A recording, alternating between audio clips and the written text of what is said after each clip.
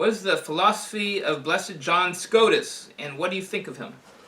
Well, I have to love him because his feast day was my birthday.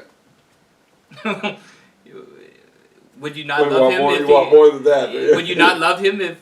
No, I would. What do I think of Scotus? I'm all for it. I mean, if it hadn't been for the Scotists, the Immaculate Conception would never have been defined. They, as Dom Granger says in that regard, all honor to Duns Scotus and his school. And in truth, with him, the Lullists, St. Bonaventure, the Franciscan philosophies, I certainly am much more tuned toward, much more in favor of, than I am with most of the varieties of Thomism I've encountered.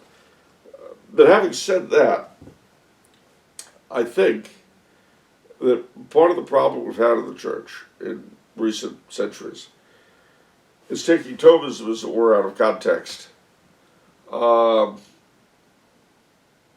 by suppressing, as it were, or ignoring, rather, schools like the Scotist, the Augustinian, and so on. Why do I say this? Does that mean I hate Thomism? There should be no Thomas. No. First and foremost, what are all these philosophies attempting to accomplish? They're attempting to explain with human words that which is really, to a great degree, unexplainable. Yeah. Now, when you do that, you are quite likely to make mistakes.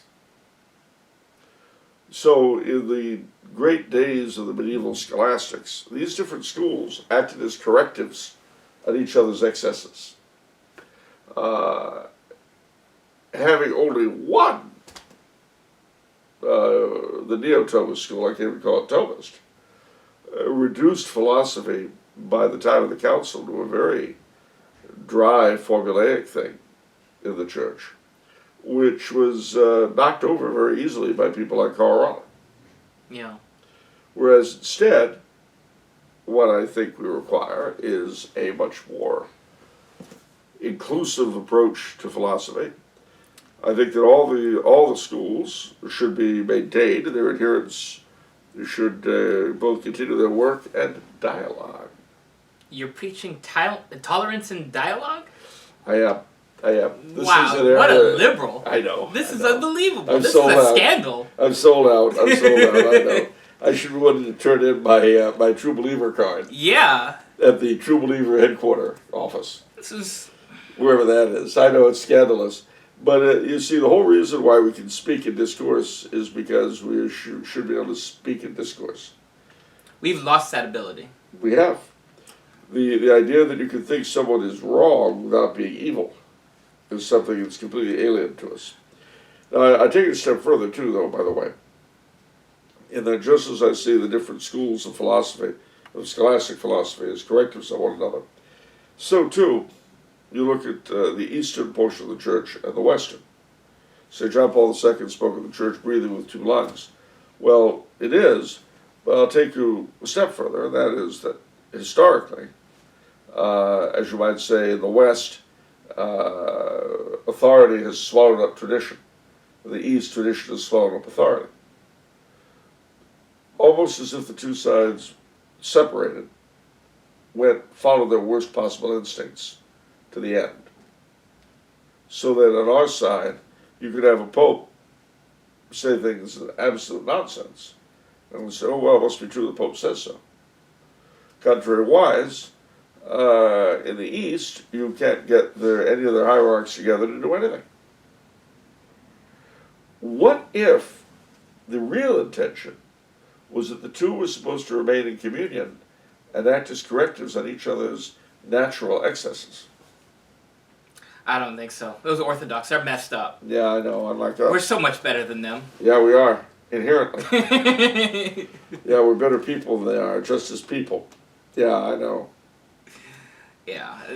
If you got any more of that stuff you've been taking, I could use some. No, I mean, I just hear it all the time, so it's very cathartic for me to say it. To say it? Because yeah. I hear it all the time. Well, don't feel bad. The Orthodox say the same thing about us. Yeah. And it means as much. Yeah. I mean, the sad truth of the matter is that it's like having a weird Siamese twin. You can't get rid of him. and in this case, you got two Siamese twins who have opposite personalities. They drool on each other. I mean, it's not a pretty sight. It just isn't. And the connection between us is the apostolic succession. You can't shake free of them. And they can't shake free of us. We can condemn each other and jump up and down, yell and scream. And what we get is what we have. A whole string of failures to evangelize the planet. Yeah. Someone had commented on what you said about the Orthodox. They disagreed. Because you said the schism, it's like a divorce. And in a divorce, both sides messed up. And the person basically said, but the Orthodox messed up way more. And then it's kind of the attitude that put us where we are. You know, if you're trying to reconcile husband and wife, probably at the end of the day, one of them is more to blame than the other. Mm-hmm. How helpful is that in reconciling them? Very helpful. Now remember our Lord said never forgive. Is that what he said? Yeah, he said add up every single slight. Remember to the end of your days every bloody thing that person has done against you, and you punish them for it constantly. Now that may be a formula for many marriages and even more divorces, but I'm not sure that's what God meant. It's like that ultimate hashtag things Jesus never said. And then what you do is you lie in wait, and as soon as you see a mistake, okay, I'm gonna lose it. We better. Anyway. Somehow this was a question on Blessed John Scotus. Well, so it is. And bringing it back to Blessed John Scotus, you know, what can I say? He was an ultra-realist, so am I. He believed in the Immaculate Conception, so do I. I venerated his tomb in Cologne, but on the same day, because whenever I go to Cologne, I do this. I venerated both his tomb and that of St. Albertus Magnus, St. Thomas Aquinas' professor. So just, you know, I'm an equal timer. I was taught by Dominicans and Jesuits. Anyway. But the thing is that, no, I think Scotism requires as much thought and study and being taught as Thomism does, or Augustinianism, or Lullism, which is the teaching of Blessed Raymond Lully. Mm-hmm. And you know why that's important? Why? Because who's one of the foremost professors of Lully's philosophy? Who? Saint Junipero Serra. Oh. And the entire mission system is based on the work of Blessed Raymond Lully. Wow.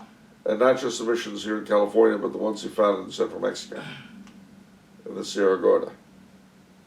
Wow, okay. Well. So, you see, all these things have to be kept. I mean, if you were to say, so you think only Lullism should be taught and nothing else? No, that's really not my point. But it should be taught. It should be something that is freely available to the student. And then, you know, between all these things, each of them saying, well, that doesn't work because of this. Yeah, well, that doesn't work because of this. With any luck, they'll act as correctors on one another's excesses. It seems a lot of philosophy, too, it's just saying the same thing in a different way. Yeah. I was talking with Dr. Thomas Lazo after one of your talks at Theology on Tap, and he was explaining to me the Orthodox philosophy, some of their thoughts about how God, there's essence and then there's energy. And to me, it struck me as saying the same thing, but in a different fashion. You see that over and over and over again. But since we humans love to be so pure and wonderful, you'll often find that we have purely linguistic differences, which we're willing to kill each other over. Because I'm so great and you're so evil.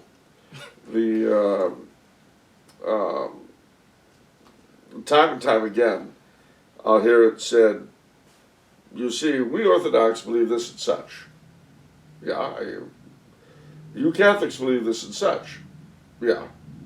So you see the difference. No. No, Yeah. I don't. There are different ways of saying the same thing. But, you know, the only way out of that is for the person who's told you this to say, oh, you don't understand. You don't understand the finer points. Well, okay, great. Thank God. All right, what else we got?